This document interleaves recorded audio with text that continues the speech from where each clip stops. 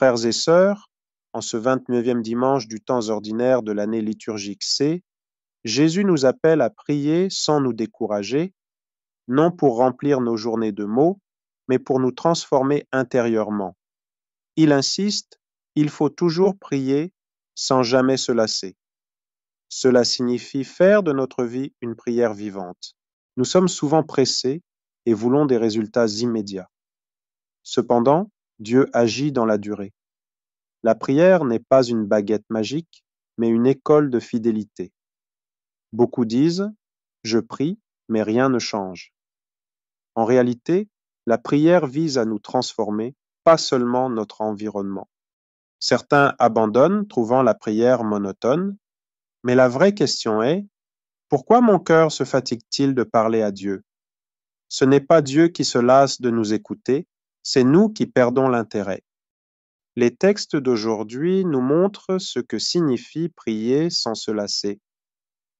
Dans la première lecture, Moïse lève les bras vers le ciel pendant que Josué combat. Ses bras levés symbolisent la prière comme un combat et il a besoin de ses frères pour le soutenir. Combien de chrétiens prient seuls, pensant que la prière isolée est suffisante?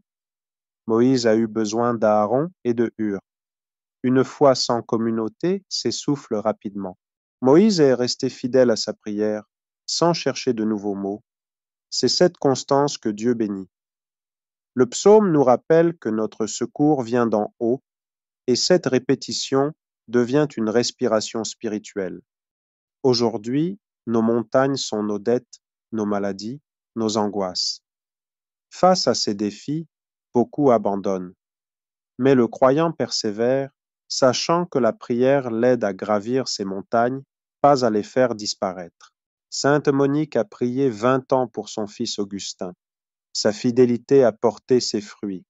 Dans la deuxième lecture, Saint Paul, en prison, nous enseigne à demeurer dans la parole de Dieu, car elle est notre force. Paul nous rappelle d'insister dans la prière, peu importe les circonstances. La fidélité ne se mesure pas à nos émotions, mais à notre persévérance. L'histoire de la veuve dans l'Évangile illustre cette persévérance. Elle insiste pour obtenir justice et finit par être entendue. Jésus nous dit que si un juge injuste écoute, combien plus Dieu le fera pour ceux qui crient vers lui jour et nuit. Beaucoup abandonnent la prière non pas par manque de foi, mais parce qu'ils ne croient plus en leur propre valeur. Pourtant, la veuve prouve que l'insistance fait la différence. Certains critiquent l'Église pour ses prières répétitives, mais la répétition est biblique et fait partie de notre tradition spirituelle.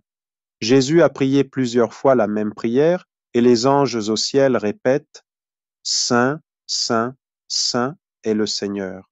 Ce que le monde appelle monotonie, Dieu l'appelle fidélité. Nos prières, comme le Notre Père, sont essentielles pour notre vie spirituelle. Jésus n'a jamais interdit la répétition, mais a mis en garde contre la superficialité.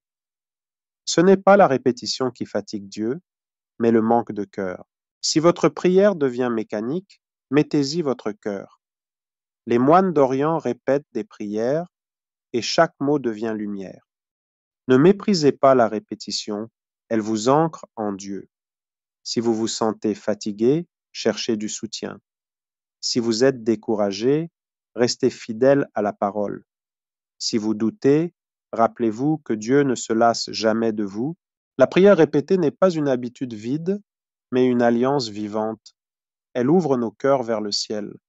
Seigneur Jésus, apprends-nous à prier sans nous décourager. Fais de nos répétitions une source de vie. Envoie-nous des frères pour nous soutenir et donne-nous la patience de Moïse et la persévérance de la veuve. Car nous croyons que la prière fidèle touche ton cœur. Amen.